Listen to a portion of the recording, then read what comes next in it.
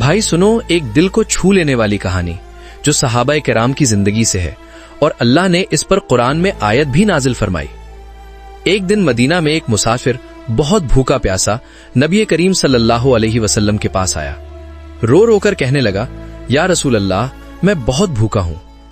आप सल्लल्लाहु अलैहि वसल्लम ने फौरन अपनी अज़वाज मुतहरात के घरों में पैगाम भेजा, क्या किसी के पास कुछ खाने को है? लेकिन हर जगह से जवाब आया, सिर्फ पानी है, खाना कुछ नहीं। फिर आप सल्लल्लाहु अलैहि वसल्लम ने सहाबा की तरफ देखा और फरमाया, बहुत प्यार और उम्मीद से, आज रात ये मेहमान कौन अपने घर ले जाएगा?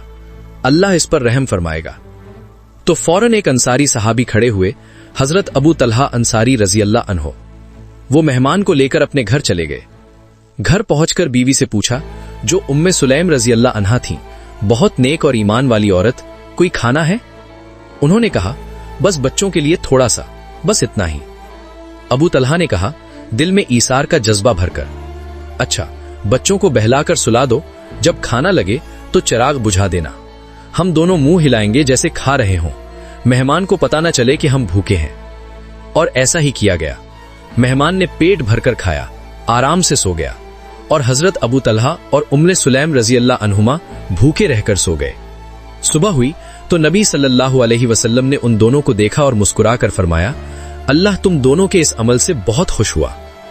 और इसी लम्हे अल्लाह ने सूरतुल हश्र की ये खूबसूरत आयत नाजिल फरमाई, यानी वो दूसरों को अपनी जान पर तरजीह देते हैं, चाहे खुद कितनी ही तंगी में हो। क्या बात है ना? ये है असल ईसार, ये है रमजान की रूह, मेहमान नवाजी की सबसे बड़ी मिसाल। अल्लाह हमें भी ऐसा दिल दे, आमीन।